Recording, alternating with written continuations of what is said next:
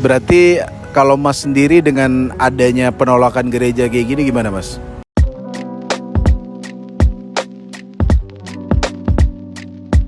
Assalamualaikum, selamat datang kembali di channel ini. Kali ini saya akan membahas kembali soal Cilegon, yang mana di situ ada gereja HKBP yang dilarang untuk beribadah. Dan usut punya usut, ternyata beritanya berkembang, guys. Katanya dilarangnya gereja itu berdiri karena ada beberapa orang dan bahkan banyak orang yang mencabut dukungannya. Orang-orang di sekitar situ mencabut dukungannya untuk berdirinya gereja ini. Memang sebelumnya pihak dari HKBP sendiri telah menunjukkan adanya 70 tanda tangan dukungan untuk berdirinya gereja ini dari masyarakat di sekitar situ. Tetapi ini akhirnya dibantah oleh wali kota karena kata wali kota ada sekitaran 50 bahkan lebih yang menarik dukungan itu, sehingga gereja di situ tidak bisa berdiri. Dan memang ini terbentur oleh aturan SKB 2 Menteri. Ya repot kalau terus ada aturan gini. Karena di aturan itu harus adanya dukungan dari masyarakat sekitar. Sekarang logikanya gini aja. Seandainya ada 3 orang Kristen ada di satu desa. Contoh aja, ada di satu desa Trunojoyo. Misalnya itu nama desanya Trunojoyo. 3 orang Kristen. Kemudian 3 orang Kristen ini ingin mendirikan tempat ibadah. Dan kemudian meminta tanda tangan orang-orang sekitar situ. Kira-kira apakah tetangga-tetangga sebanyak 70 orang itu bisa didapatkan tanda tangannya untuk membuat rumah ibadah dari 3 orang ini? Pasti nggak dikasih, bener nggak? Karena dia minoritas dan mayoritas itu nggak suka yang namanya Kristen punya tempat ibadah. Jadi gagal deh. Kemudian mereka beribadah akhirnya memutuskan udahlah nggak usah bikin gereja ribet. Kita ibadah aja di rumah. Mereka 3 beribadah di rumahnya. Ketika beribadah di rumahnya, kemudian masyarakat datang melempari mereka dan bilang jangan pakai rumah ini menjadi tempat ibadah karena nggak ada izinnya jadi gereja. Dan kemudian mereka bertiga kebingungan mau beribadah di mana. Benar nggak? Karena nggak bisa mendirikan tempat ibadah, nggak ada dukungan dari masyarakat itu.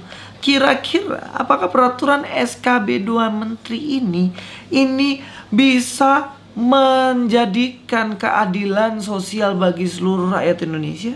Ya jelas enggak. Selanjutnya di aturan itu juga dibilang setidaknya ada 90 tanda tangan dari masyarakat yang menggunakan tempat ibadah itu. Nah sekarang logikanya aja dong. 3 orang ini mau punya tempat ibadah nih. Tetapi syarat di situ harus 90 orang punya tanda tangan yang memakai tempat ibadah itu. Lah terus bagaimana? Apakah bisa berdiri nih gereja? Kan enggak. Karena enggak ada 90 orang. Dan ternyata hanya ada 3 orang aja. Dan sampai kiamat pun 3 orang ini tidak akan pernah punya tempat ibadah di lokasi tersebut. Nah berbeda dengan mereka ketika jadi minoritas di tempat mayoritas. Contohnya di Manado. Di Manado banyak sekali orang Kristen. Dan jika ingin mendirikan masjid, itu nggak perlu izin di masyarakat sekitar. Bener nggak? Misalnya bikin perumahan, tiba-tiba udah didiriin aja musola yang kecil. Kemudian dijadiin makin besar, jadi masjid agung kemudian. Adakah izin? Nggak ada izin. Lalu apakah orang Kristen mau memprotes itu karena nggak ada izin? Ya percuma juga diprotes. Karena hukum pada akhirnya memihak ke sana. Dan tidak diurus juga. Pengalamannya seperti itu. Tapi toh memang orang Kristen kan males juga mengurusin tempat ibadah orang lain. Karena kita hidup di negara yang harus bertoleransi. Nggak boleh melarang orang beribadah. Tapi ini kita malah dilarang-larang. Yang selanjutnya, tiba-tiba adalah 90 orang tanda tangan untuk memakai tempat ibadah itu. Ternyata dari 90 orang ini ada 10 orang Trunojoyo, 10 orang Batukerto, 10 orang dari desa-desa lain dan seterusnya. Kemudian dikomplain dan diprotes lagi. Tanda tangan ini nggak sah karena mereka bukan warga desa tersebut. Nah, lalu bagaimana? Apakah 90 orang yang memencar di mana-mana gerejanya itu, memencar di mana-mana rumahnya itu pada akhirnya bisa memiliki tempat ibadah sampai kiamat pun gak akan bisa. Karena persoalannya terletak pada SKB 2 Menteri. Seandainya tidak ada aturan itu, pasti semuanya beres.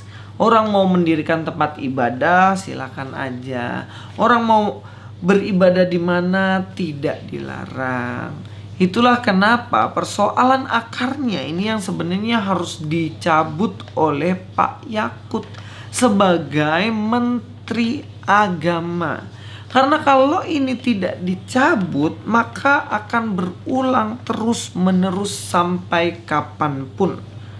Jadi begini, saya sebenarnya merindukan di mana di Indonesia ini agama dan politik itu ya tidak berjalan bersama-sama, saling memanfaatkan, tetapi berjalan masing-masing dengan baik. Ya, sebagai contoh misalnya saya Kristen, teman saya Islam. Kami berdua berbeda, tetapi kami berbangsa Indonesia. Kita harus sebagai warga negara Indonesia yang baik, kita harus jalan sama-sama. Tetapi berkaitan dengan agama, ya saya nggak larang dia, saya tidak larang dia untuk beribadah dan dia tidak juga larang saya beribadah. Inilah yang namanya toleransi, dan toleransi itu pasti akan sangat-sangat indah. Kenapa? Karena kita berbeda tetapi tetap bisa berjalan bersama-sama. Toleransi itu jangan salah pikir. Jangan pikir toleransi itu adalah sinkritisme. Atau misalnya saya Kristen, teman saya Islam, kemudian saya karena saking toleransinya saya pergi ikut-ikutan beribadah bersama dengan dia. Gak gitu. Itu juga adalah toleransi yang kebablasan. Dan itu adalah toleransi yang salah juga. Tetapi toleransi yang benar adalah saya tidak melarang dia ibadah, dia tidak melarang saya ibadah, karena kami memang berbeda agama tapi memang dilindungi oleh undang-undang yang mana kami memiliki hak asasi untuk beribadah. Jadi nggak ada yang bisa melarang-larang. Nah, inilah yang seharusnya di Indonesia terjadi. Tetapi persoalan yang paling mendasar ya SKB 2 Menteri itu mempersulit kaum minoritas untuk mendirikan tempat ibadahnya. Coba lihat bagaimana wawancara yang dilakukan oleh orang ini kepada orang Kristen yang di Cilegon. Berarti kalau Mas sendiri dengan adanya penolakan gereja kayak gini gimana Mas? Ya, kalau saya mah ya yang pasti mah itu kan semua udah dari sananya nggak bisa. Udah aturan ya? Ya udah aturan. Terus Mas Aldo sendiri kalau ibadah gimana? Ya kadang mah ke Serang atau kemana? Ke Serang? Iya, Serang. Berapa jauh tuh dari sini ke Serang? Dari sini paling ya setengah jaman lah. Setengah jam ya? Iya. Oh gitu. Jadi di sini udah ada pendeta Yeri yang kita dari tadi keliling-keliling mau nanyain pendapat orang di sini. Ternyata ada jamaah ada di sini. Bang Yeri. Yang jauh-jauh ke Serang. Kalau nggak salah tadi 50 km jaraknya dari sini ke Serang ya. Gimana tuh Bang Yeri? Dia harus pergi berpuluh-puluh kilometer, berjam-jam untuk pergi ke tempat ibadahnya. Setiap minggunya pulang pergi. Bagaimana? Apa nggak mengerikan? Kenapa pemerintah nggak buatin aja satu gereja di Cilegon yang atas nama pemerintah gereja itu dipakai untuk masyarakat minoritas di sana? Apa dananya kurang? Kan nggak mungkin, dananya kan banyak banget. Daripada dihambur-hamburkan dipakai untuk hal yang nggak penting, dirikanlah gereja atas nama pemerintah supaya teman-teman kita yang Cilegon boleh beribadah dengan baik. Ya itu saja dari saya, Luis Prasetyo sini. God be with you all.